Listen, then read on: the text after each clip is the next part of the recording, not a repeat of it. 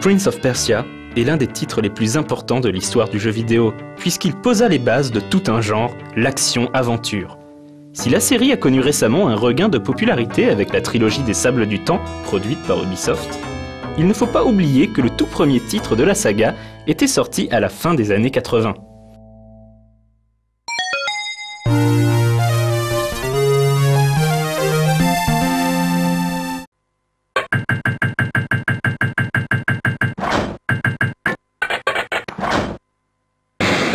Déjà auteur du jeu d'action Karateka, Jordan Mechner, alors jeune étudiant en cinéma, allait réaliser avec Prince of Persia son chef-d'œuvre.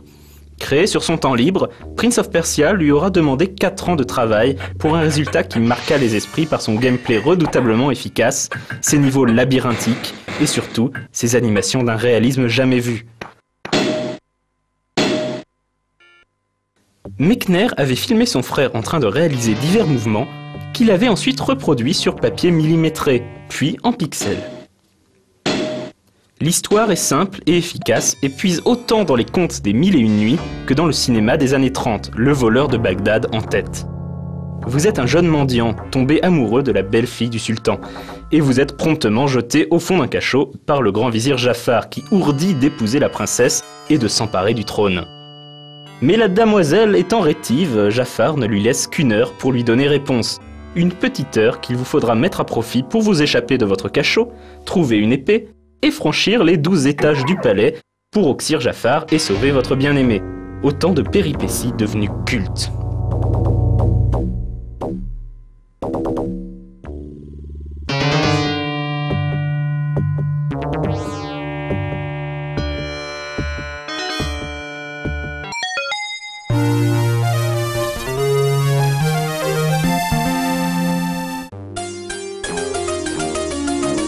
And so the young lovers were wed and they lived happily, well, for 11 days.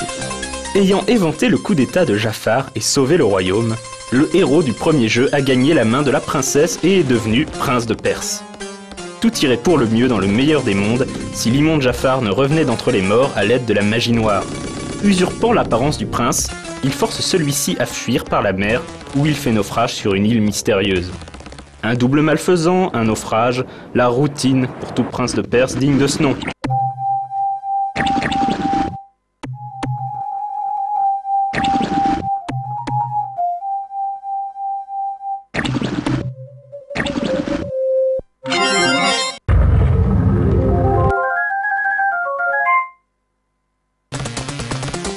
Des balcons du sultan au temple de la flamme, l'aventure proposait de parcourir de nombreux types de décors et affronter de multiples ennemis, en plus des sempiternels gardes du palais.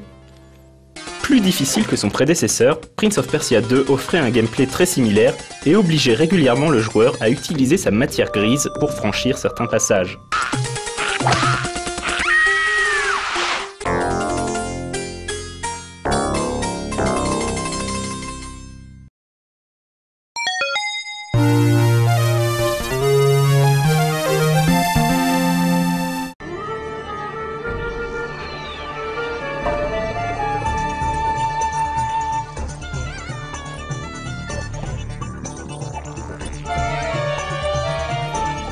Aujourd'hui décrié et montré du doigt comme le vilain petit canard de la saga, Prince of Persia 3D avait pourtant été bien accueilli par la presse de l'époque.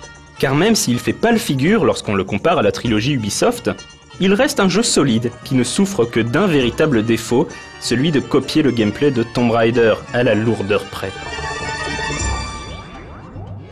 Jafar renvoyé dans les limbes, le prince croyait pouvoir se la couler douce, mais c'était compté sans Rughnor, le monstrueux mais classe rejeton mi-homme mi-tigre du roi Hassan, et accessoirement prétendant à la main de la princesse. Pas franchement bon perdant, Rughnor fait donc enlever la jeune femme et jeter le prince au cachot. Le pauvre bougre commence à avoir l'habitude. La première étape sera bien évidemment de s'emparer d'une arme, puis de traquer Rughnor à travers des niveaux variés et graphiquement très recherchés, avec une mention spéciale à la montgolfière géante.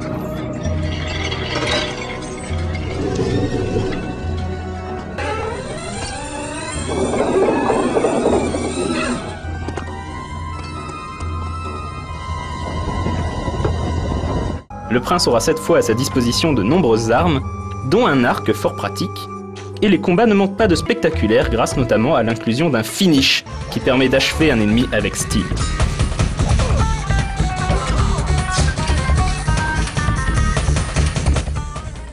Le gros écueil de Prince of Persia 3D ne vient donc ni de sa technique, ni de son ambiance, mais définitivement de sa maniabilité, héritée de Tomb Raider qui se révèle rigide, lente et imprécise. Des défauts qui furent plus facilement pardonnés à Lara Croft, le prince manquant quelque peu de forme avantageuse pour hypnotiser la critique.